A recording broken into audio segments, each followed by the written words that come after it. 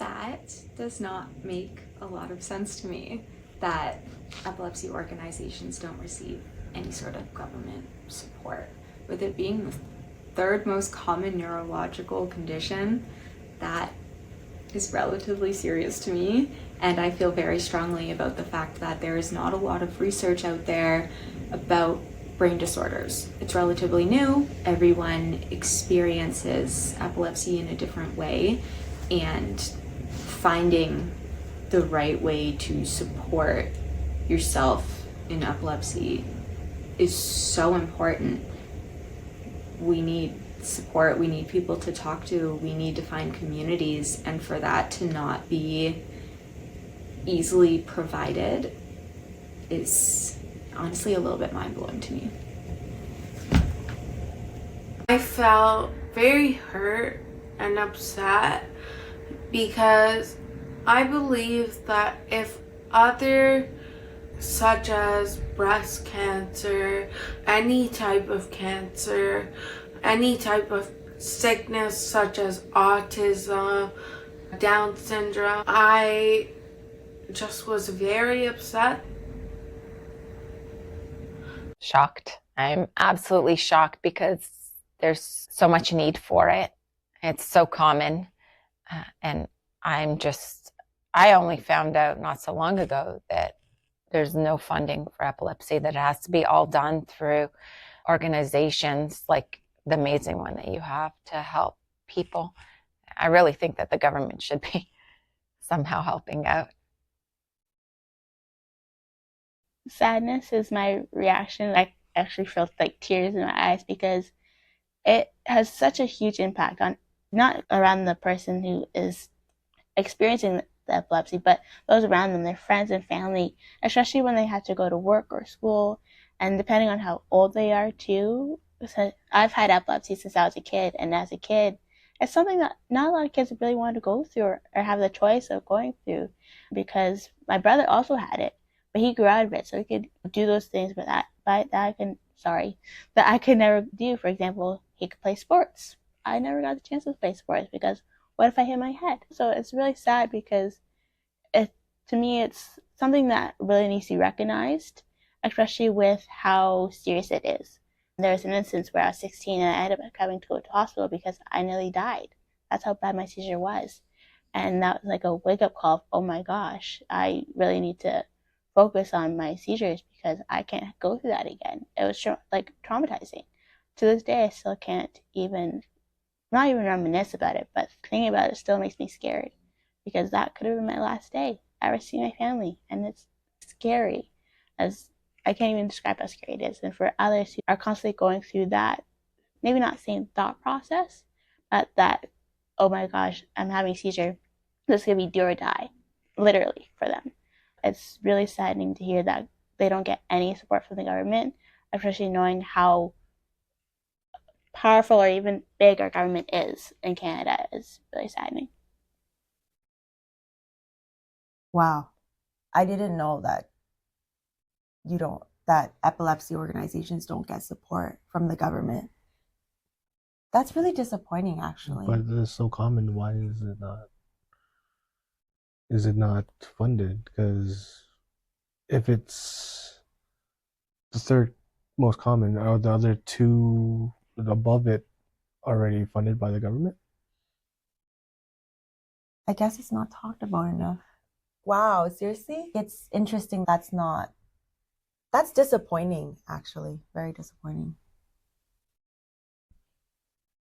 Yeah, that's a great question. I think it baffles me. With such a common disease not getting the proper funding, I'm curious as to why. I'm questioning why that is. It really is a stumping question. It's ridiculous. We live in a country where we are known for universal health care. And I thought that, epilepsy counted under that. But besides a neurologist that you're not even guaranteed to see often, besides the meds that we also have to pay for, we get nothing. There's nothing. I had to buy books to learn about epilepsy. My neurologist gave me a diagnosis and sent me on my way. And the fact that the government is not putting a cent into this makes me it makes me sad. You know, when you get so sad you're angry, that's what it gets me, because I thought we have better things to put our money in, and instead we have governments doing whatever they're doing while the third leading neurological disorder is getting nothing. And it's just, that's one of the reasons why I'm so happy for Epilepsy South Central Ontario. Even if it's just donations, it shows that we are trying to get the care for our kids out there, because the government's not.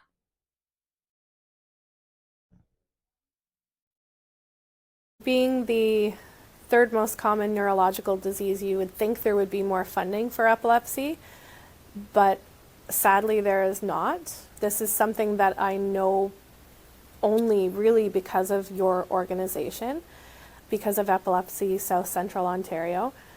I find that rather shocking, considering how different programs and organizations have government funding. And this is something that affects every kid on so many different levels. And had you told me before I found out through the organization of Epilepsy South Central Ontario, I would have been shocked.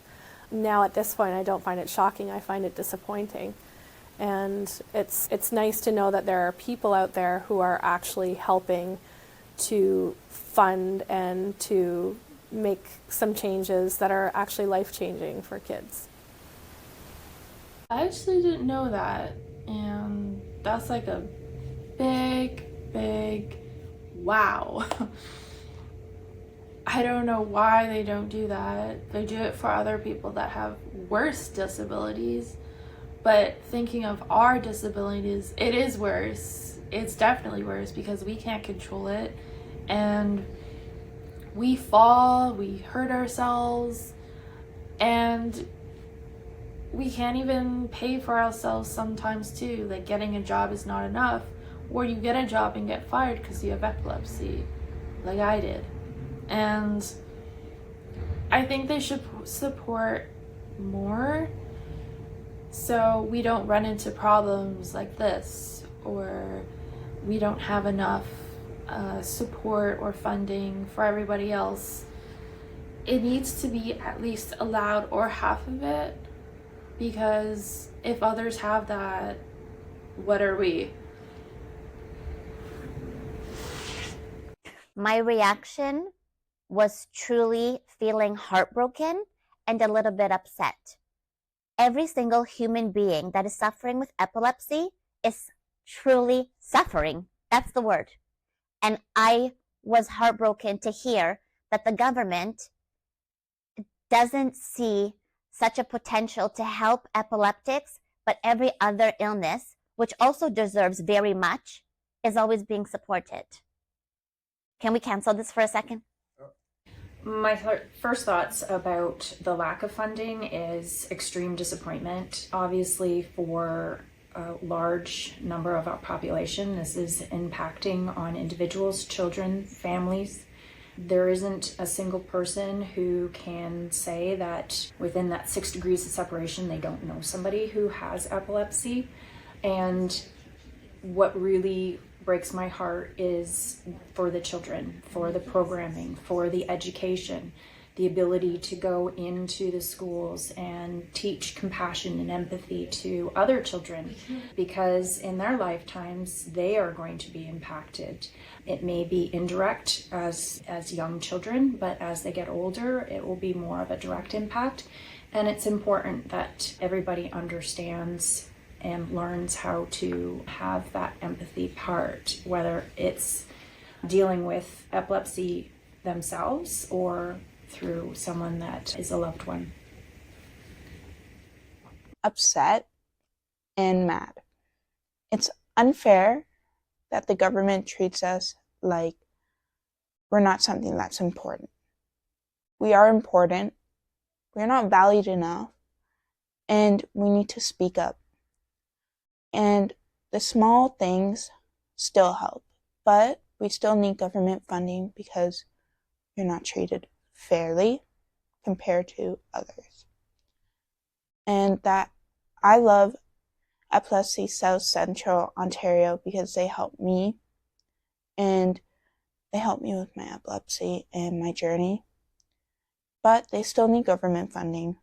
We need more epilepsy awareness, and that is just my whole statement about that. I was actually very surprised because when you look at other conditions, you talk about epilepsy, as you're saying, epilepsy is very common. It is a neurological condition. There are a lot of neurological conditions that are funded by the government. Why this is different to me, it is literally any neurological condition in certain cases does impact individuals very similar. When I'm talking about the seizure disorder versus someone with Parkinson, a lot of symptoms can be, and these individuals can be treated in a similar kind of a clinics and stuff, but one is funded more and another one is not. And to me, it should be recognized and look into it more in detail. And because we do need support, I don't think the people out there, the government has the clear understanding of how these individuals are struggling. There are a lot of people are struggling a lot more with epilepsy than people can think of. So to me, funding is very most important. I was really surprised to see that there's no. I was shocked. It was disbelief that, and confusion. I'm new to organizations like this. We're new to it. So I couldn't believe it. And then my other thought was, how are they getting funding? How are they operating? And why are they not getting funding? Is epilepsy not important enough? And how do these decisions get made? There's a lot of questions. And the more people I told, it was the same feelings and questions. Why are they not getting funding? What's the difference between different conditions, and how do these decisions get made?